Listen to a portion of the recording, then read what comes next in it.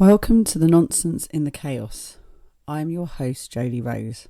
Last night we held a online moon ceremony for the Libra full moon, and this was a really special moon for me because Libra is ruled by Venus and I'm ruled by Venus. She's my archetype, and Venus stationed direct as well on Sunday, which is a very unusual astrology signature for a planet to station direct at the same time as the moon goes full in the sign that this planet rules is really unusual, and it's felt like an empowering moment for the feminine, the response to the Aries energy and the Mars energy that we had earlier in the year. The astrology at the moment is just crazy. That's the only way to put it. Especially when you're looking at the world stage and what's playing out on the world stage, and then how the astrology is mirroring it, or it fits, is the way to put it. And we had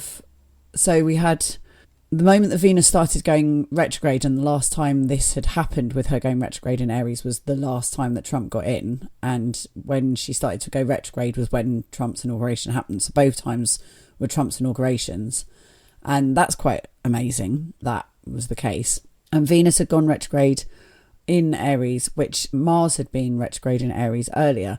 So Mars was retrograde in Aries, and it was like the absolute most toxic masculinity you can get. Mars being retrograde in Aries is all of the masculine being as awful as it can, basically. And then you had Venus then responding to it with Mercury alongside her, and Mercury is the planet of communication, and so it's a bit like a megaphone supporting whatever's happening with amplifying the messaging, or the messaging that's getting out. So we had Venus going retrograde with Mercury alongside, and so whatever, like the demonstrations and everything's been amplified with the support of Mercury.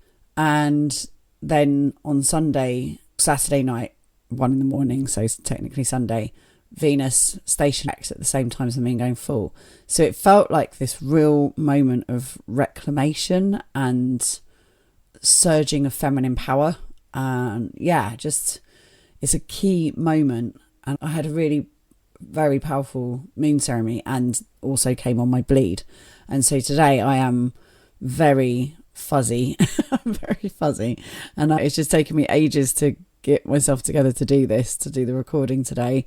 It's Monday, and that's really late for me to be doing the recording, and then I've got a really busy week ahead of me, but this is the moment I can do it. My aunt and uncle are over, and it's been lovely to have them here because it has coincided with my bleed and the moon, which is an opportunity for me to stop and not be quite so focused on the government and Beltane arrangements. It's been good they've all happened at the same time, because I've had a couple of days of doing lovely touristy things with my aunt and uncle and moon ceremonies and eating nice food and things like that. So that's all worked out rather well. And I took my uncle to the Dolmen today in Little Sark, and I took them to Decartwood, and they saw the bluebells. The bluebells are in full swing. I've never seen so many bluebells. This is a bumper year. I'm hoping they'll all still be here for the festival. They might have gone over, but you can't control nature. Nature will do what she wants.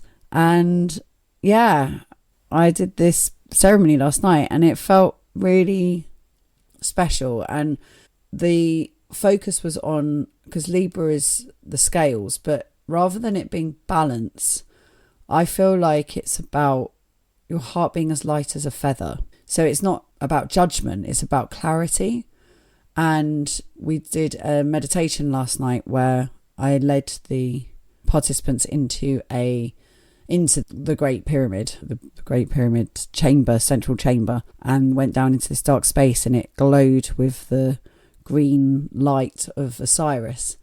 And we entered his chamber, and Osiris was there, and he had the feather, and Anubis stepped out from the shadows with the jackal head, and he held the scales out in front, and Osiris placed the feather on the scale, and then we all reached our hands to our hearts and took our hearts out as glittering red jewels covered in facets, and we placed that on the other half of the scale. And I asked to observe whether your heart felt as light as a feather, and if it doesn't, what needs taking out so that it does. So we stroked along the facets and they became petals, rose petals, black rose petals, and we took them off the scale and acknowledged what they were. For me, my 3 rose petals were always being money and time scarce. I'm always busy and I'm always skint. And it has been this way for 20 years. It's been this way since I was a child, since I left home. And my circumstances are completely different now. I live in a different place, different surroundings, my work's changed, and yet I'm still in the same situation and I feel the same. So the constant is me. I took that petal and I put it in my hand, and then I took the next petal, which was people pleasing and FOMO, feeling left out, feeling misunderstood, not being liked, which has been an unusual experience that has really only happened since I moved here, because in the UK I've done a very good job of only surrounding myself with like-minded people, and people who had my back and who thought I was great and were friends basically, who were vibrating on the same frequency as me. And then moved to here where we're a real mixed bag of people, and it's challenging because you're sometimes in amongst people that don't get on with you, and just friendship groups move around all the time, and people can be really bitter and twisted and beige, and they have to, you just have to navigate it all. And it's interesting, but it's constant, and there's enough people that are exciting and fun and interesting and colourful and sparkly for it all to be fine. But you are not able to avoid those that don't fit your tribe. We're all here together. And it's interesting. I feel like if I was a man, I would be liked more. Part of it is that I'm a woman and it's a very chauvinistic place. So if I was a man, the girls would love me here. But because I'm a woman, the girls really don't like me. They find me threatening. So that's fine. It's just the way it is. And I don't care. So I took that rose petal off. I do care. That's why I took the rose petal off, because it does weigh on my heart. And the last one was, my kind of the fight that I'm in, which is a good thing. I don't want to not be doing it, but it also does weigh on me because it's tiring and it takes it out of me. And that is the fractalness of the world. So I can't reach Trump, but there are Trump elements in the world in front of me. There are people that are using his tactics, that are using his language, that are following his lead, and they are in front of me. So no, I can't reach Trump, it seems, but I can negotiate with, fight against, work to bring around those in front of me who have his energy fractally flowing through them. And this is what I think we all should think about doing and concentrate on, is the bigger picture is overwhelming and a distraction purposefully. But in front of you, there are elements of all of the bigger picture, it is fractal, all of the facets of the big jewel are all in you. There's a bit of Trump in all of us, and also in the world that we are creating around us, because we create our worlds. So we have created an element of Trump in the world around us, and for us to work with that, how do we feel about that? How do we want to challenge it? How do we want to stand up against it? Have we the capacity to do that? How can we develop the capacity to do it? How do we do it? It's a puzzle. But I took that petal off. And so I've jumped ahead, because basically I took the petals off and they were black petals, the things that were weighing my heart. So you kept doing that until the scales were balanced. And then I took those petals with me and I stepped out of the pyramid and into the light, and they turned to these jeweled red petals. And it was that these were our medicine. So they're our medicine. How do we work with these? So with the money, the scarcity of time and money petal, either I need to do something about it and change the way I live my life, because I've always lived my life this way, or own it. Own the fact that this is the way I exist, that I am always... So I had a really interesting conversation with my uncle today at the dolmen. So the dolmen was built at the same time as the pyramids, and it's Neolithic, 1500 BC. And we sat there and he said, I've just always known that I'm not going to be rich. And I had that conversation with your aunt when we got married. I said, if you're hoping to get rich, then don't bother marrying me, because that's not happening. I'm not about money. I don't care about money. I just want to be able to be safe and secure and have a family and to be able to look after them. That's all I want. I don't want more than that. I just want to live a nice life and have fun and enjoy myself. And he's been a musician all his life and he's had a good time. And they get on really well. They've had a lovely relationship. They've got 3 awesome kids, my cousins, who are brilliant and are brilliant fun and are living their best lives. And they did it. They did exactly what they set out to do, which is really wonderful. And it was interesting because I realised that actually part of me had always thought that I was going to get rich because I've shot for the stars. I've always shot for the stars from day dot. I've always been exceptionally lucky, but I also 100% thought I was going to be famous, and I thought I was going to be a successful, famous artist, and that's what I was aiming for. I still am. I always will be. That's in me, to own that part of myself, that I will always be aiming for that. But the reality is that I'm not that, and because I'm not that, I've got to live an amazing life. I haven't been trolled. I haven't been at the centre of any controversy. I've never felt threatened. I've just been having the most balmy life. And my uncle said today, the memories at the end of your life are the real riches. Like, you could have all the money in the world and have had a really banal, unpleasant, boring life. And so money doesn't buy you memories. Money doesn't buy you ridiculous situations. I have been in so many absolutely hilarious, ridiculous situations where I'm just like, even by my standards, that was mental. And that's happened to me non-stop my whole life. And that's wonderful. And I love it. I love having mad experiences. And some of them have been from hedonism. Some of them have been from theatre. Some of them have been from travelling, living on a mad little island where I'm suddenly in the government. It's just ongoing. And it's because I keep saying yes to life. And I wish that I got to live a million lives, and I only get this one, so I'm going to live it to the max. So that means I will always be time scarce and busy and exhausted, and I am poor, and I will always be poor. I'm not going to get rich. That's not going to happen. Not really. I mean, it might, but I'll keep living into it. I'll keep shooting for the stars because it seems to do a good job of getting me into funny situations. So I'll keep that up. But it's just, there's something quite relaxing about owning the fact that I'm skin, and that's that. It was just, it felt relaxing to take that. So it's taking these petals and owning it as medicine. It's the same with the FOMO or people not liking you. One of the most useful bits of medicine that I heard in recent years was that you can't control other people's feelings and that you're not responsible for them. And that was a revelation to me because I'd just got out of a toxic marriage where he absolutely convinced me, and I basically spent 13 years being told that I was responsible for his feelings, and I was doing everything I could to try and make him feel good, and nothing I did worked.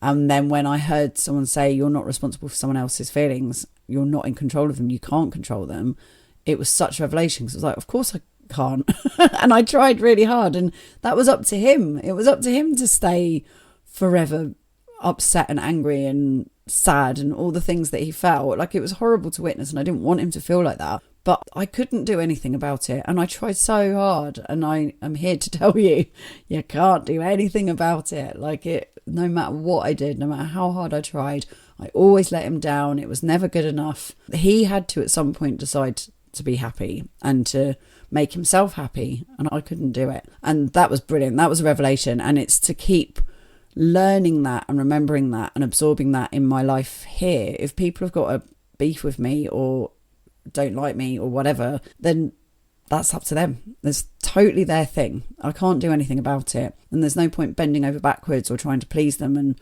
trying to win them over. Just that's their problem. It's not your problem. Just get on with your own life, and also most of the time you're guessing that's how they feel anyway.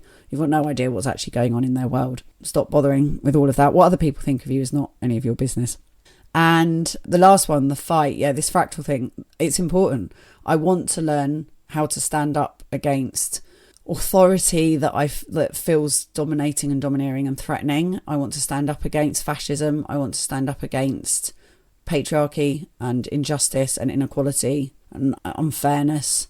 And I'm doing it on a small scale right in front of me in my tiny little rock, in my tiny little government. And it feels like I'm doing what I can here where I am, and that will feed through the mycelium network of the cosmos to reach what feels like the top of the tree, but it's all one anyway. The tree's all one thing, so it might feel like I'm down in the roots, but it's still part of the tree, and actually the roots are what feed to the tree. What's right in front of me I need to work with, and I'm doing it. So with all of it, it's owning it. This is the medicine. These are your quests. The quest I on. Question what questions you're asking, what things that keep you up at night, the things that are troubling you. They are the quests that you're on. So these petals are the things that make my heart feel heavy, but they're also the medicine, because these are the challenges in the game that you're playing, which is the game of life. So to take them and to hold them and for them to be your medicine is really a key thing. So that was lovely. And then I had a She-Ra date with the ladies. My darling friend Lee, who passed away in 2020, sand crab. He was a little sand crab next to me, which I have next to me to always think about him. And he was a beautiful, gay, gorgeous, glittery, sweaty little man who I loved dearly.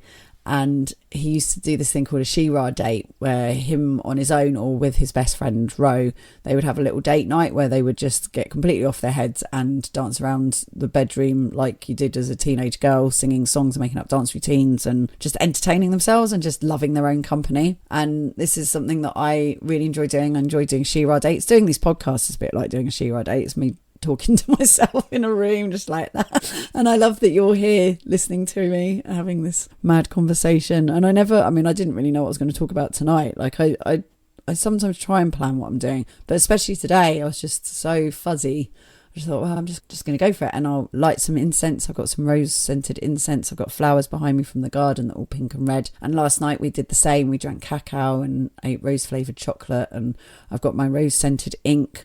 And I was doing some scrying, where you get a bowl of milk and then I'm dropping my red rose scented ink into it and forming a pattern. And I'm teaching myself to do this because I'm really good at divination with tarot and runes.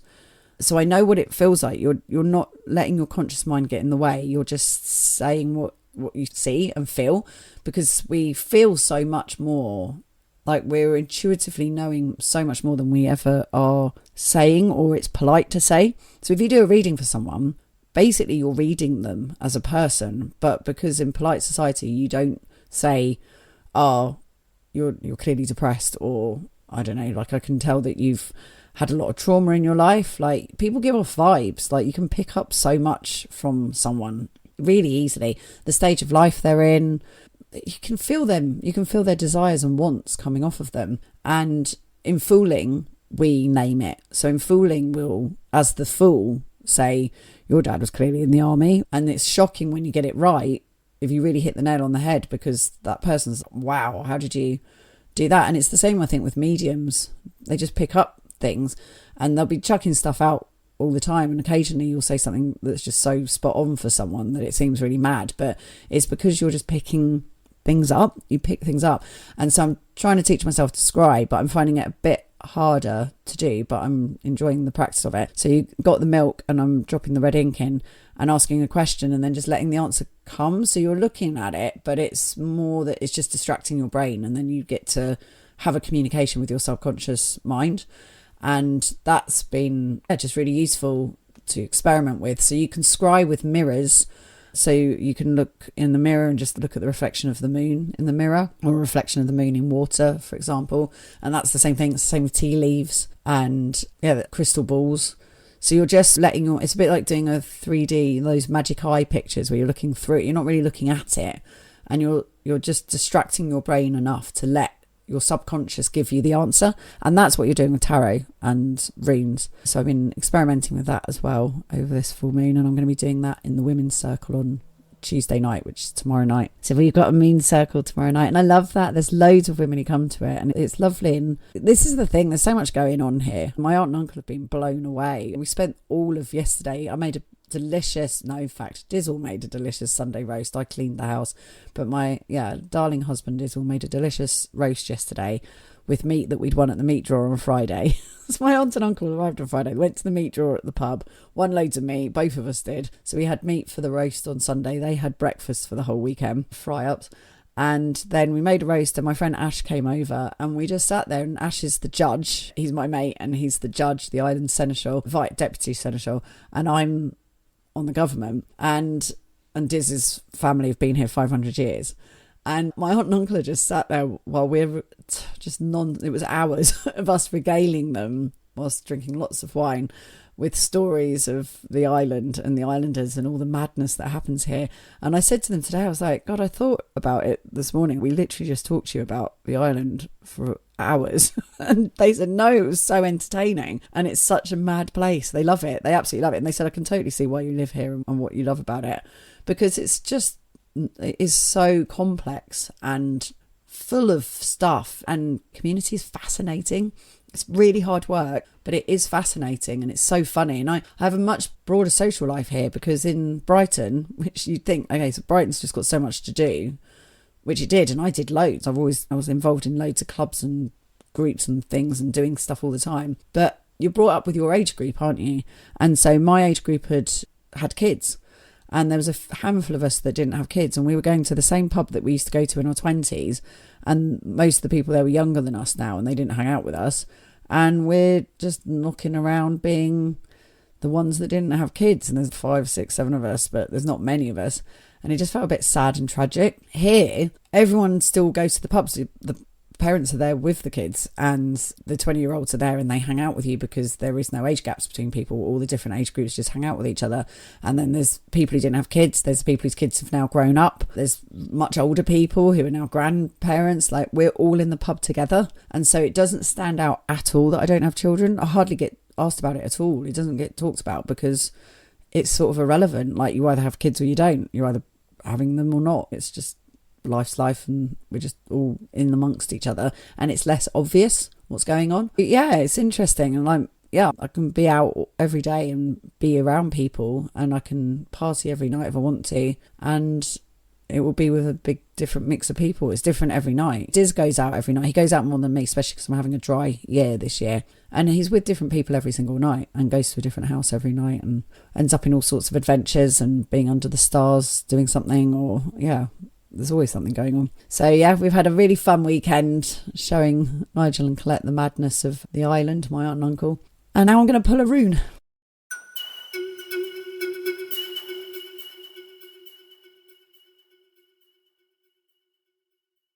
If you enjoy this podcast, then please would you be able to support it by either on Patreon, which is £3 a month for one tier, and that's just to get the content that is like things that I would put up on Facebook and stuff, like my YouTube videos and when the moon ceremonies are happening and the articles that I write, but it's all in one place and you don't have to search for it. And it's like you saying thank you and buying me a cup of tea, and once a month thank you for the podcast. Or for £9 a month, there is the videos of the podcast, which are nice and fun to watch and a bit extra. It's nice to see the video as well. And if you aren't able to support financially, then that isn't a problem, because it goes out for free anyway and someone else is paying, and it means they're paying for you to get a free podcast. But what would be wonderful, and I would really appreciate, if you were able to share about it and tell people about it. If you're enjoying it, then other people might do as well. So if you could, and also to give it a rating. I only noticed today on Spotify that I had 10 5-star ratings, which I was really excited about. So if you're one of the people who've done that, thank you. Really appreciate it. So anywhere where you get your podcast, if you can review and like it, that would be so wonderful, and I would really appreciate it. And just tell people about it, share it on social media, and word of mouth I think is key. So I'd really appreciate doing that. There's some offerings coming up in the not too distant future. So Beltane, it's nearly sold out. Loads of tickets have sold over the weekend, so I don't know how many we've got left yet. It was 90 before the weekend. I reckon we're probably getting close to 50 tickets left, so that's exciting. That's on the 3rd of May, and the excitement is building. We've got some amazing bits and bobs planned. Can't wait. So do come. We've got incredible bands, some from the UK, Jersey, Guernsey, Sark, and then we've got artists doing all sorts of installations and walkabout. We've got UK performance artists coming over. It's going to be a mad affair. Burning a Wicker Man, Dancing the Maypole, Mama's Plays, it's Morris dancing, the whole shebang.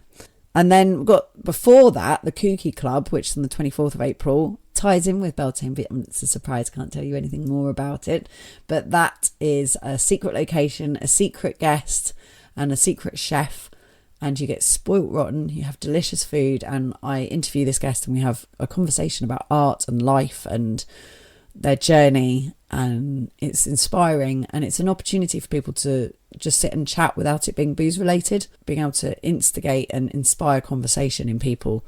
And they're just wonderful nights. It's a privilege to be part of them, and I feel spoilt rotten going and doing them myself. And then we also have the Which Fool Are You workshops beginning at the end of May. And this is where you get to work with your archetype and you get to know your archetype. And having just come out of a full moon ceremony, having worked with my archetype Venus, I honestly, it's so hard to get across how valuable this work is, but it's so valuable and it's so rich. I was talking about the Rose path and the Mary Magdalene path and following the Venus journey with the people in the moon ceremony, and this is a whole world you can go and research and look into. So there's a book by Lisa Lister, it's called Venus, that I recommend, and it's another cycle to follow. So I was saying to them, I follow the sun cycle with the Sabbats, which is things like Beltane and the summer solstice and the equinoxes. That I do outside with people. I physically go and do things with people for them. The moon ceremonies and the moon cycles I follow with people online, and that's doing the full moon and the dark moon. And I really enjoy doing them, and it's a really nice way to connect. And I actually think Zoom's a great format for it. And then you go outside and spend some time in the moon yourself. But it just feels like a really special way to definitely check in every 2 weeks. And I clean the house and I make the house into a sacred space and I connect in with the moon. The Venus cycle is more of a personal journey. So this is a cycle I follow on my own. And this is working with the journeys. She goes up through the chakra points and then goes through a retrograde and then goes back down through the chakra points into the underworld. And it's us going on this journey of development and devotion and taking ourselves apart and rebuilding ourselves, which we do each month with our menstrual cycle. So it's this building up and deconstructing. And I've only just started working with it, so I'm describing it like this now, but I'm sure in a few years' time, because it's an 8-year cycle, I'll be feeling differently about it and I'll have more of an understanding of it. But this path is called the Mary Magdalene Rose path because Mary Magdalene was a priestess who was a disciple of Jesus, but she'd been a pagan priestess prior to that, and she was a Venus priestess, and she knew how to hold ceremony, which is why in the Bible she pours the oil on Jesus, which is the most sacred part of a coronation, and it's the only bit that's not allowed to be viewed or watched. And when she does it in the Bible, the disciples are like, why are you wasting that oil? What do you think you're doing? And Jesus says, no, she knows what she's doing, which shows that she knew how to anoint a king, which meant that she was a religious leader herself who was able to do that, but it was for the pagan faith. And her gospel was removed from the Bible, and there were several gospels removed that were, all of them were the ones that said that we were all God, that God was within us, that we were all part of God, which is the way I totally see things. Like I call it the universe, they call it God. The way I feel about it is that we are just one thing experiencing itself through all these different facets, and that within us is all of it. It's the masculine and the feminine and all the different aspects like Trump and all the different things. But we are all God. This is what God is, the universe. And it might be a computer game. It might be a play. It might be whatever. But that's what this thing is. It's God and we are it. And that's what these gospels said. And they're the ones that got removed. So it's a really sacred path and initiation and journey. And this is me working with my archetype of Venus. There are all sorts of other things out there that are different archetypes that you could be working with, that you could be developing. For example, I am obviously surrounded by a lot of people who are fools and tricksters, and they're working with Jonathan Kay in the Fool, and then there's the Fool, the Tarot, and then there's Punch and Judy and Panto and Mama's Plays and that whole lineage. So when you know what your archetype is, there's like a whole juicy, meaty world that you belong to. And there's no end to the development of your relationship to it. And it doesn't mean, say if your archetype is Eris, the goddess of discord, right, you've got Discordianism. That's a whole amazing cool thing. It doesn't mean you can't explore Venus. It doesn't also mean that you don't have a bit of Venus in you as well. A lot of people have a mixture of archetypes. Some people have a really clear, strong one, but some people are a mixture. I have 3. So my strongest one is Venus. But I also have Ing, the fertility, creativity god, which I see as very camp. He's the kind of David Bowie, Elton John, Freddie Mercury vibe. That's how I read him as. And within me, I have a gay man. Like, I feel I am trans in a way, because I feel like I've got a gay man in my body. And that's very much what my marriage with my husband's based on. So I've got Ing, and then I've also got Hecate, the triple goddess, which is the mother, crone and child. And I'm not any of those things. I'm not a mother, and I'm not a crone, and I'm not a child, but I really connect with and resonate with all three of those things. There's a bit of me that seems like an old woman. There's a bit of me that seems like a mother. There's a bit of me that seems like a child. And yeah, that I work with all three of them. They're all, and the warrior as well, actually. The warrior is a fourth one that is sort of all of them. That's almost like a wash over all of them.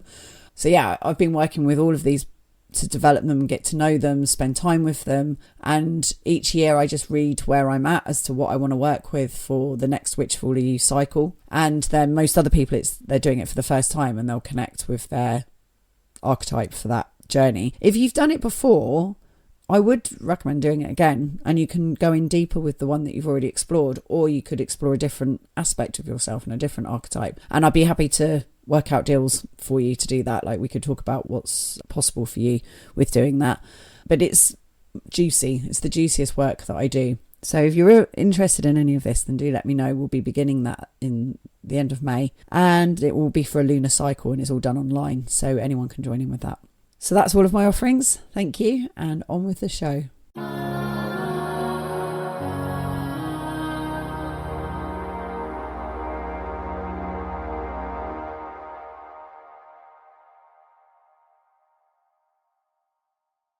Oh yeah, so in front of me I've got 2 runes already. Now these runes I pulled last night for the ceremony, and these are the 2 runes that I'm going to create a medicine line. This was something that we did in the ceremony that I thought just was a really powerful bit of magic that we can do. So I pulled runes for everybody, because once we'd done this petal meditation, we had a white stone which we held on to, and the things that we wanted to let go of that made our hearts feel heavy, we filled the white stone with, and then in our left hand, and then with our right hand, with a black stone, we filled it up with the medicine, with the things that we want to take forward, with the things that we want to develop. And then I pulled runes for everyone, and it broke everyone's brain that I did it that way round, colour-wise and hand-wise. The reason why I did that was because when I was doing Sisterhood and touring Sisterhood, I was doing it the other way round, which is the obvious way round. And a woman whose partner was black said, why is black always seen as the darkness and the negative? Why is it not the other way around? And I was like, actually, you're right. That's really interesting.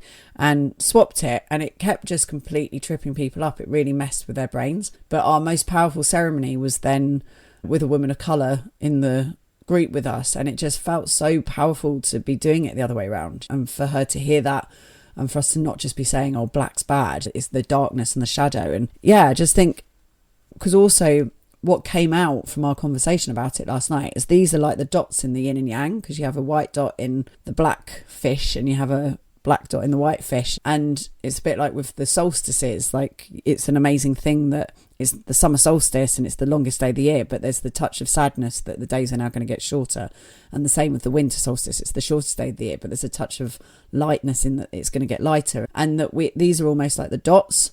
And also the medicine, like I said, when I pulled these petals out, these are the things that make my heart heavy, but these are also the medicine. Quite often it's working against the grain. It's going against the grain of what you normally do with performing, because my archetype is Venus, who's this sexy strumpet, sexy goddess. If I'm playing Venus, then it's like I don't really believe my archetype enough. And so I'm almost trying too hard to be it rather than just owning it. Whereas what's really fun is if I play a really dirty, gross old man. And then when I'm like doing that as Venus, it feels like it's a given that I'm sexy, but this sexy lady is playing this disgusting, pervy old man. And it's funnier. It's much funnier and much more powerful and much more empowered than it is trying to be sexy, because you're never going to be full-blown Aphrodite because you're just a mortal form of her on earth. But as Aphrodite, fully like, yeah, I know I've got this in me, I don't need to prove it to anyone, I can be a dirty old man. It works really well. So there's something about working against the grain. These things are your medicine. They might seem like the things that are making your heart heavy, but actually they're the things that are being presented in the game and the quest that you're in, the storyline, the narrative, that are the interesting adventure that you're on. They're the take this ring to Mordor moments. Like, these are the things that you're questing with. And did that with these stones and put these runes on them. And we're now going to take them to somewhere, anywhere we want, to create a pilgrimage where we take ourselves on a little pilgrimage. And we put one at the beginning, which is the one that the thing that's heavy that we're letting go of. And we put that at the beginning. And then we'll walk with intention to wherever the end of that line's going to be. You decide. It could be just across your bedroom. It could be in your favourite park. It could be somewhere in the countryside. It can be wherever you want. It's up to you. It's literally up to you where you want to take it. But you place the first one down at one end, and then you carry the other one and walk with it to the other end, and you place it down. And then you've created a medicine line that, even if the stones disappear, like, you've let them go, they're gone. You then, whenever you want to think about the themes of either the runes or what the things were that the petals you took from the pyramid, you go and walk with them, and you go and walk that medicine line and contemplate it. And it just felt like that was a really useful thing. I know where I'm going to do the walk. I'm going to do it tomorrow. I'll be with my aunt and uncle, but I'll know what I'm doing. And I'm sure while I'm with them, the conversations will come out about what it is that I'm doing. And that will forever be there. And I will also be able to talk to my aunt and uncle along that line, even if they're not around anymore. I'll always have them with me. And it's just a place for me to talk and to myself and connect in with these things. And over the years, they'll change, and the meaning of the runes will change. And yeah, my rune, the first one was Othala, which is community. And that is for me here, like, the biggest sort of head screw there is. Like, my issues in life are all to do with the community and this never-ending conversation about how to share space. And then the medicine is being direct and being clear about what I want. And that's, so if ever I need to clear my head about whatever's going on this island, I can just go do this walk and clear my head, and that'll be really useful. So let's see what rune we pull and the universe wants to share. So this is Lot's Cup. This is the gambling cup. We play a game at Kentwell called Maya, where you have a cup with two die in, and you shake them and you roll them and you look inside. And the game is that you want to keep going higher. So when I pass it on, the next person has to go higher than me. And you go up. So if you've got a 3 and a 4 in there, you would always put it the highest way round. So you'd say 4 and 3. So you go 4 and 3, and the next person would have to be 5 and 2. The next person 6 and 1. But what's higher than 6? So 6 and 5 would be the highest sort of mixed one. But then it would be double 1, double 2, double 3, double 4, double 5, double 6. And then the highest one, which technically is the lowest, which is 2 and 1, is Maya. So it's a bit like pontoon. So 21, which is technically the lowest, a bit like ace can be high or low. 21 would be the lowest you could roll, but actually that's the highest. That's the kind of magic one. That's called Maya, and the game's called Maya. So you look in the dice pot and you look, and then you say what it is, and then you pass it on, but you can lie. So you could look in there and you could say 4 and 5, and the person before you had said 4 and 3, and the person thinks you're lying, and they look in there and you've got double 6, and they'd lose a life because you were lying, but it was higher. If it's higher, then you win. So it's a really fun game because you're messing with people's minds. It's a bit like poker. It's more about the mind games than it is about the luck. It's strategy. So it's a really fun game. And this is this gambling cup. And I also associate it with pregnancy. When I was doing IVF, this came up a lot with pregnancy and the potential. It's a bit like Schrodinger's cat. This is the rune of potential, that anything's possible. And that is what I feel is happening in the world at the moment. And this is what I was sharing last night in the ceremony. I'm sorry for anyone who was at the ceremony who's listening to this podcast. They were like, I've heard all this already. I apologise. But for those who haven't, it's really an important key moment in the world. And this is not messing around. This is not, I don't mean this lightly. This is serious stuff that I'm saying here. That this is all made up. We made up laws, we made up like politics, the hierarchical structures. They were gained through brute force, they were gained through narrative writing. You see it in, say, Game of Thrones or something like this, where there's the brute force element, but there's always that slimy, the character you like least is the one who's changing the narrative. And Trump's doing it now. Dawn, who's shout out to Dawn, who's was at the ceremony last night, was talking about Trump closing down or I don't know what it was that he was doing to this museum, and Sampson's Museum, I can't remember what the name of the museum was either, which is really annoying. I've been doing a very good job of not watching world politics, so I can't remember the details, but it was a museum about the slave trade and about America's slave history, and he was trying to rewrite the narrative and almost say it didn't happen. And my aunt and uncle have been to Auschwitz recently, and they said that they went round the tour and they were surprised at how dry and almost not dull, but just very factual the tour was, because at the end of it they said a really large majority of people who come here now no longer believe that the Holocaust happened, and so we're no longer like trying to make it interesting or more human with the stories in the way that they used to. They're now just getting the facts drummed into people so that they can go away and say, this many people died, this happened, this was how they were killed, this is what they did, this was the dates, and it's like boom, so that people can be as clear as possible that it is true and it's not just like some anecdotal story. It's like, no, factually these are the numbers of what happened. And yeah, Trump's trying to rewrite the narrative at the moment, and in any TV show, film, storyline, it's those wormy, slimy people that are whispering in the ear going, you could do it like this and it could be put like this, and if you look at it from this angle then everything's fine for you to do this. And they're like, oh yeah, I could take that man's wife, or I could, and it's that slime bag that's the one that we all hate. And a bit like the journalists, the whole archetype of a slimy journalist, like the piggy journalists in Spitting Image, that were all pigs, and they'll do anything to screw someone over and get a good story and all that kind of stuff. A lot of journalists are absolutely brilliant, and I wouldn't say most journalists are like that. The journalism's a hard gig these days because the narrative is being so controlled. It's not really the journalists these days, it's the people who own the papers that are the ones that are the pigs. And the narrative is everything. There's an amazing book called Active Hope by Joanna something. Oh, I've forgotten her surname. Oh, that's bad. I've always known her name. I was going to say her name was Joanna Hope, but it's not. That's the name of the book. Active Hope by Joanna Macy, that's it. And she is an activist, but she's gone into the sort of therapy side of things, like supporting activists with burnout. And Active Hope is a book for people who are feeling burnt out from their activism. And she's talking about how there's a 3-pronged attack, and it's vital that we keep doing it, and that we're all relevant. In fact, there's 2 3-pronged things here. So we need the scientists, we need the people who are doing the discoveries that are exploring ways of getting fungus to eat plastic, or fungus that will eat up oil in the sea, or ways of making solar panels, or all of the things that we need people to be doing to try and find different ways of doing things so that we get ourselves out of the mess that we're in.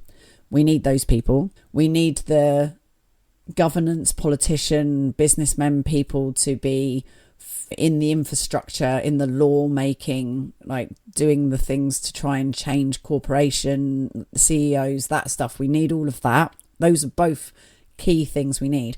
But we also need the storytellers. We need the artists, we need the creatives to be writing new narratives that inspire and excite. And where I see that being at the forefront at the moment is in the folk revival scene. The Right to Roam is full of mumming, and because it's working class stories, it's community, because also we're way more socialist when we're in community. The Tories know this. The Tories will do anything they can to stop community, and that's why the arts are not funded when Tories are in, because the arts is all about strengthening community and bringing people together and creating connection. And we have it here because we've got a load of libertines and wealthy people here that are completely against any kind of social state, join the government, and then they're dealing with the fact that so-and-so down the road who they know is in a really dire situation, something awful's happened, and we need to do something to help them. And how are you going to not do that? How are you going to look them in the eye, or their family in the eye, when you all live amongst each other, and not do that? When you're in community, you help each other out. It's just a given, and people will help you out. Like, even if you're one of these self-centered, self-serving rich twats, people will still help you out. And so it means that you can't continue to be, oh no, it's all everyone for themselves. And that's really inspiring. And so this whole kind of resurgence of community art and folk connection means that people are coming together, and we're doing May Day celebrations, and we're doing old folk traditions that are for just the common people. And it's not about high art. It's not about being well trained or you've got to be able to do this perfectly. It's about doing it in a really ad hoc, panto-y, low grade way, but actually it's for us, and it's deeply rooted, and it's normally very connected to the land as well. That's where I see it's happening in the narrative, and it's land worship and nature worshipping. So there's the reverence there and that deep appreciation that we need to rekindle and connect in appreciation in each other, in community, and appreciation in nature and the land. It's juicy stuff. This is real juicy stuff, and this is what this Schrodinger's thing is all about. Like, we need to really believe the potential that anything's possible and that we need to make it happen. And the 3 things that she talks about within this psychology thing, so the prong attack of the psychology of it, is that you have business as usual, which is that nothing's going on, nothing's wrong, there is no eco disaster, there is no impending doom. I think we can all see that's not true. The second one is that we can do something about it, something is going on, and we fully have the power to do something about it. And the third one is we're all fucked and there's nothing we can do about it. And if you were to look at the narratives that are put out there and what the story is from the snaky, slimy bastards that are controlling these things, the narrative is business as usual or we're fucked. But if you think about it, like, the bit in the middle is the really big bit. That's the actual bit that we're in and is vast, because we're so far from business as usual. That has not been the case since Lisa Simpson was saying it when she came out in the 80s, and I was saying it in the 80s as a little Lisa Simpson myself, and WWF and Not the Wrestling, the Wildlife Fund, and all of these things were all there saying from a long time ago that we can't carry on the way we are, and that business as usual is not a thing. This is also, it's not business as usual. This is a tiny little glitch and a little moment that's happening where we're suddenly behaving like this. It's only been since the Industrial Revolution, and it has been nothing but detrimental to our health and well-being and the planet's health and well-being since it began. And it doesn't mean that we throw it all out and throw it all away, but we definitely need to bring back some of the things we did throw away and balance this out a bit, because this is just dirt. It's dirty, it's toxic, it's destructive, and we can have all the perks of it without the dirt and destruction. It's actually possible. You can still be comfortable in your house and have all the lovely things without it being at the detriment of everything, including yourself. And that we have this like middle space that is vast where we can do something about it, right? But that never gets mentioned. That doesn't exist. But within ourselves, it's not like you're one or the other of these things. Within our day, we have to go around being business as usual. Sometimes you have to fly. Sometimes, you've got to get in your car. You've got to go about your day. You're bringing up kids. You've just got to act normal. You've got to get on with your life. Then sometimes you're like, right, now I need to do something about this. I'm going to fill in that petition. I'm going to go on that protest. I'm going to challenge my boss. I'm going to challenge the NHS in how the medical profession is running things. I'm going to question this. I'm going to question, sometimes you just got to do it. You've got to do it. You've got to stand up for the thing that you believe in. And then other times you are completely full of despair and you're like, we're completely fucked. And it was useful to hear that, because as someone who has done a lot of stuff to do with eco-activism and will continually be doing so, I am sometimes completely lost in we're fucked, and it's really desperate. And sometimes I've got to just crack on and do business as usual, and I've got to do something that I wouldn't technically want to do, but I have to. It's life. I live on an island. I have to fly. Things like that. Sometimes you've got to do these things. And you dip into all of them. So we are dipping in and out of things all the time. And narrative writing is key. So this Schrodinger's cat, this potential is what is in the box. So is there a thriving future where we all exist? Or is it that we are at the beginning of Armageddon and we're completely screwed? It's up to you to decide. You decide what's in that box. You're the one who's going to take the gamble. Are you going to gamble for we're fucked? Or are you going to gamble for we can do something about this? Or are you gambling for business as usual, everything's fine? It's up to you. And you're a pixel in the picture. So the more of us that are the we can do something about this pixel, the more that's the picture. And that's how you change the world. So you just crack on with you. Be your archetype. Stand in your being your power, owning your atmosphere, your colour the rainbow of the symphony of this image, you are your note, you are your colour, you are your sparkle in the picture. And within it, you choose what that pixel does. Is that pixel in despair? Is that pixel just going to go about business as usual? Or is that pixel going to do something about it? What are you? And you do that. And then we'll see. It is like a game where we're all going to put our cards down on the table and we'll see which one wins. And that's how will be created. So what are you going to create? What future are you going to create? What reality are you going to create? Are you creating a reality where we thrive and where the world is in harmony and bliss and exciting and thriving and just full of potential? Or are we screwed and heading towards our demise? So the choice is yours. And that brings us on to the Chaos Crusade.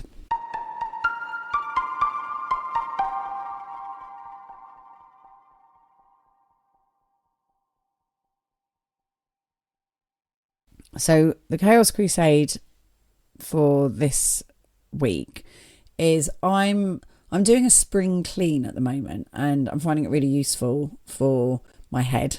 And it might be something that you might want to do yourselves for just helping yourself in some way. So I would do this. It's just been the full moon. You could do it for the lunar cycle. You could do it for a week. It's up to you how long you want to do it till the dark moon. I'm doing 40 days where I'm doing a thing each day towards the thing that I want. So it could be that you want to write a book. And what I'm doing is spring cleaning. And I'm doing a thing each day for 40 days where I'm cleaning a bit of the house. And so each day we're doing a bit of spring cleaning. So me and my husband are doing it. We're picking a thing to do. So cleaning out the wardrobe, cleaning out the cupboards, cleaning the fireplace, something like that. So it's doing something over a period of time where you just do a bit each day, and it just helps you to get there, whatever it is that you need to do to get there. And that's what I would like to suggest for your Chaos Crusade, because I'm finding it really useful for just getting things done. So that's my offering, and I hope that's of use to you. And yeah, I shall see you again next week, and keep up the good work. Whatever it is you're doing, let your heart be as light as a feather, and just forgive yourself for anything that feels cumbersome or making mistakes. Forgive, forget, move on, and keep going. All right. I love you. Take care. I shall see thee anon.